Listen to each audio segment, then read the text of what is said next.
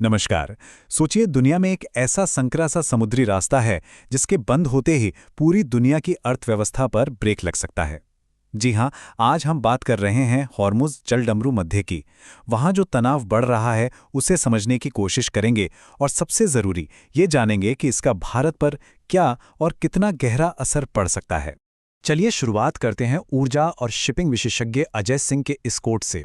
वो कहते हैं कि ये जलडमरू मध्य ग्लोबल इकोनॉमी की एक ऐसी जीवन धमनी है जिसे ज़्यादा देर तक बंद नहीं रखा जा सकता। ये बात ही अपने आप में इस पूरे मामले की गंभीरता को बता देती है। दांव पर वाकई बहुत कुछ लगा है। तो आगे हम क्या क्या देखने वाले हैं? सबसे पहले हम समझेंगे कि इस रास्ते को दुनिया की जीवन धमनी क्यों कहते हैं। फिर भारत की ऊर्जा से जुड़ी मुश्किलों पर बात करेंगे। उसके बाद इतिहास से कुछ सबक लेंगे और आखिर में देखेंगे कि स्थिरता लाने के लिए आगे क्या रास्ता हो सकता है। तो चलिए पहले हिस्से से शुरू करते हैं। आखिर हॉर्मुज़ जलडमरू मध्य को दुनिया की जीवन धमनी क्यों कहा जाता है? इसका जवाब इसके भूगोल और इसकी आर्थिक अहमियत में छिपा है। ये देखिए, ये फारस की खाड़ी से बाहर निकलने का इकलौता समुद्री रास्ता है। मतलब अगर किसी जहाज को खाड़ी के देशों से तेल या गैस लेकर दुनिया में कहीं भी जाना है तो उसे यहीं से गुजरना होगा। बस यही एक वजह इसे दुनिया के सबसे संवेदनशील और रणनीतिक पॉइंट्स में से एक बना देती है। अब जरा इस आंकड़े पर गौर कीजिए। 25%। पूरी दुनिया में जितनी भी तेल और गैस की सप्लाई होती है उसका 1/4 हिस्सा यानी कि क्वार्टर सिर्फ और सिर्फ इसी एक पतले से रास्ते से होकर गुजरता है। ये नंबर ही इसकी अहमियत बताने के लिए काफी है ना? तो अब आते हैं दूसरे हिस्से पर, और ये भारत के लिए सबसे ज्यादा मायने रखता है। देखते हैं कि ये संकट हमारी ऊर्जा सुरक्षा के लिए एक बड़ी कमजोरी कैसे है। अब ये जो आंकड़े सामने हैं ये भारत की ऊर्जा नीति के लिए एक बहुत बड़ी चुनौती दिखाते हैं। हमारी रसोई गैस यानी एलपीजी 90%, सोचिए 90%, एलएनजी का 40% हिस्सा और कच्चे तेल का 35% हिस्सा, ये सब उसी एक रास्ते से आ रहा है। तो ये सिर्फ नंबर नहीं है, ये असल में हमारी इकोनॉमी की एक कमजोर नस की तरह है जो हमें दूसरे विकल्पों के बारे में गंभीरता से सोचने पर मजबूर करती है।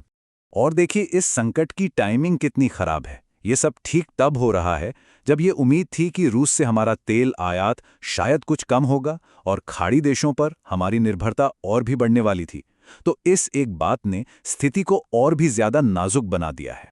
ठीक है, अब तीसरे हिस्से में चलते हैं। यहाँ हम देखेंगे कि इस संघर्ष का फौरी असर क्या हो रहा है और साथ ही 1980 के दशक में हुई एक ऐसी ही घटना से इसकी तुलना करके आज की स्थिति को बेहतर ढंग से समझेंगे।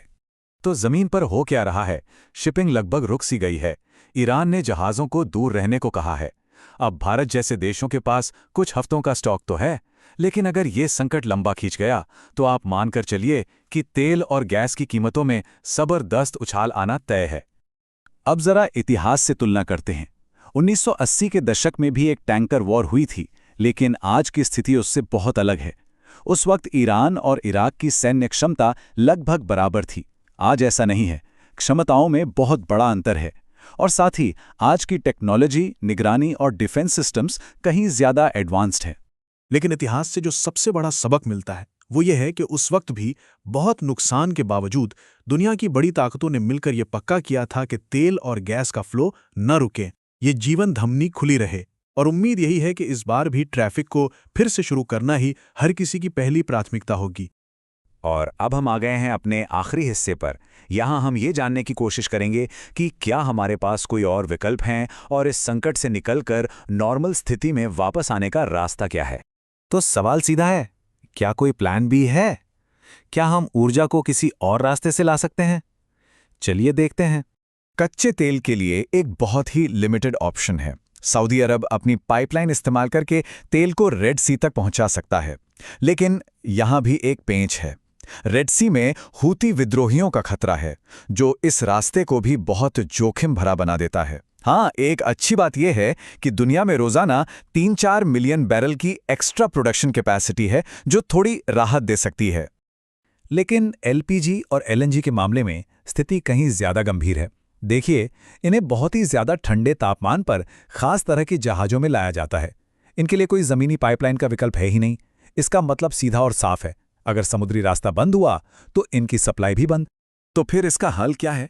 एक्सपर्ट्स का मानना है कि जब तक कोई ठोस राजनीतिक संकेत जैसे कि सीज फायर नहीं मिलता, तब तक शिपिंग कंपनियों का भरोसा वापस नहीं आएगा। और ये सब कुछ ईरान के अंदरूनी राजनीतिक हालात पर बहुत ज्यादा निर्भर करता है। और हम आपको इस एक आखिरी सवाल के साथ छोड़े जा रहे हैं। ये सवाल भारत की विदेश नीति और ऊर्जा नीति के लिए बहुत ज़्यादा अहम है कि अगर दुनिया की सबसे ज़रूरी जीवन धमनी को भी इस तरह रोका जा सकता है, तो इस आपस में जुड़ी हुई दुनिया में एनर्जी सिक्योरिटी या ऊर्जा सुरक्षा का असल मतलब क्या है, इस पर सोचना बहुत ज़रूरी है।